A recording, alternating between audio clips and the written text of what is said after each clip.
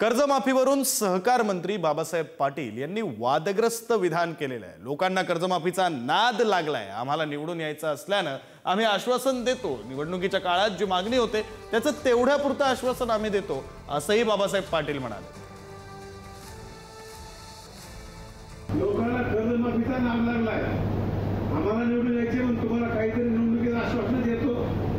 लोकांनी ठरवायला पाहिजे अगोदर काय मागायचे। एखाद्या गावामध्ये निवडणुकीत आदिलबाईसारखा माणूस गेला आणि लोकांना सांगितले की आमच्या गावाला नदी आणून देईल, त्याला आम्ही मतदान करणार। त्याने काय मागं ठरव ना, आदिलबाईकास म्हणले आजची वेळ हलण्याच्या नदी देऊन टाकू तुला। म्हणून मित्रांनो, मागणाऱ्यांनी काय मागावे ठरवा। निवडणुकीत आम्हाला निवडून यायचे म्हणून आम्ही देखील आश्वासन देतो। या सगळ्या गोष्टीचा आपण विचार करायला पाहिजे। सहकार मंत्री बाबासाहेब पाटील यांनी कर्जमाफीबद्दल जे विधान केलंय ते अत्यंत संतापजनक आहे। शेतकऱ्यांच्या जखमांवर मीठ चोळणारी ही गोष्ट आहे। अगोदरच शेतकऱ्यांमध्ये संताप आहे, अशा पार्श्वभूमीवर अशा प्रकारची विधानं जर मंत्री करणार असतील तर शेतकऱ्यांचा आणि शेतकरी चळवळीचा संयम हा सुटल्याशिवाय राहणार नाही। अजित पवार साहेबांच्या पक्षाला मला वाटतं वाचाळ वीरांची शाप लागलेला आहे। असे अनेक वाचाळ वीर त्यांच्या पक्षामध्ये जन्माला आलेले आहेत आणि राज्याचे मुख्यमंत्री देवेंद्र फडणवीस साहेब यांनी या वाचाळ वीरांचा बंदोबस्त करावा। तो जर केला नाही तर शेतकरी चळवळीला हा मुद्दा हाती घ्यावा लागेल। दरम्यान या वादग्रस्त विधानावर संजय राऊतांनी टीका केली आहे, तर सरकारमधील नेत्यांनी सुद्धा प्रतिक्रिया दिली। आपण पाहूया।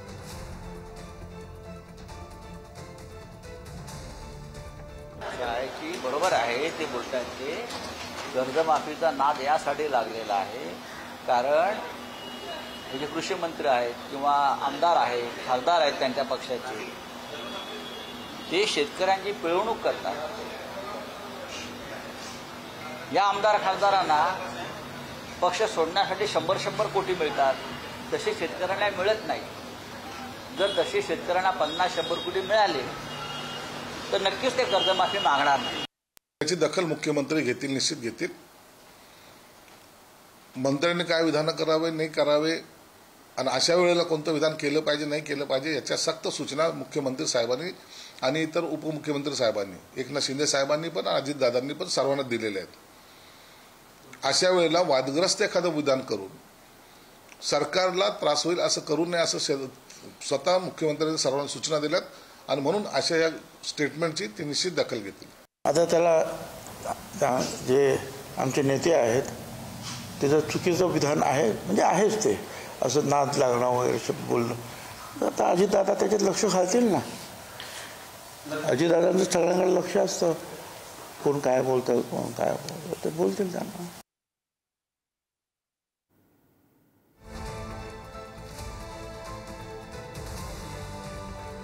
तर या संदर्भात बाबासाहेब पाटील यांनी काय प्रतिक्रिया दिली आपण पाहूया। मी बाबासाहेब पाटील सहकार मंत्री बोलतो। काल जळगाव येथे एका बँकेच्या उद्घाटनाच्या निमित्ताने गेला असताना आपल्याला ग्रामीण भागामध्ये अर्थव्यवस्था जर मजबूत करायची असेल तर शेतकऱ्यांनी दुधाकडे वळावं। अर्बन बँक पतसंस्थेने देखील या शेतकऱ्याला कर्ज द्यावं। ह्या योजना फक्त कर्जमाफीमध्ये बसत नाहीत, एवढंच माझ्या पाठीमागं म्हणण्याचा उद्देश होता। कोणाच्या भावना दुखावल्या असतील मी त्याबद्दल दिलगिरी व्यक्त करतो। धन्यवाद। नमस्ते।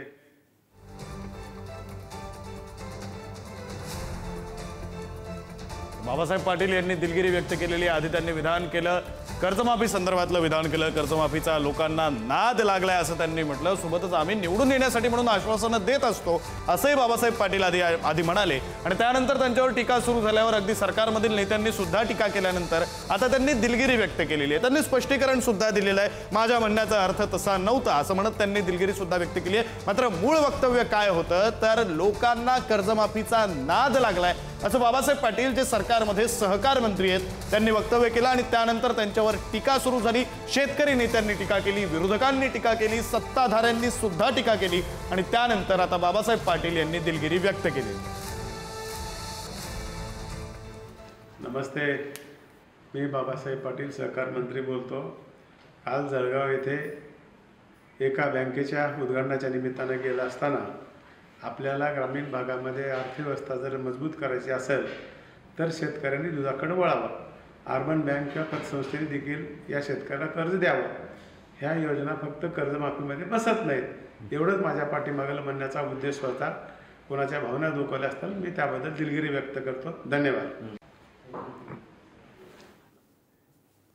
पुन्हा एकदा आपण ते वक्तव्य ऐकलं बाबासाहेब पाटील यांचं. बाबासाहेब पाटील हे राज्याचे सहकार मंत्री आहेत. आधी वादग्रस्त विधान केलं आणि त्यानंतर आता त्यांनी दिलगिरी व्यक्त केली. ते वक्तव्य आपण ऐकलं. आधीचं वादग्रस्त विधान नेमकं काय होतं तर ते म्हणाले लोकांना कर्जमाफीचा नाद लागलाय, आम्ही निवडून यायचं म्हणून आश्वासनं देतो असं बाबासाहेब पाटलांनी म्हटलं.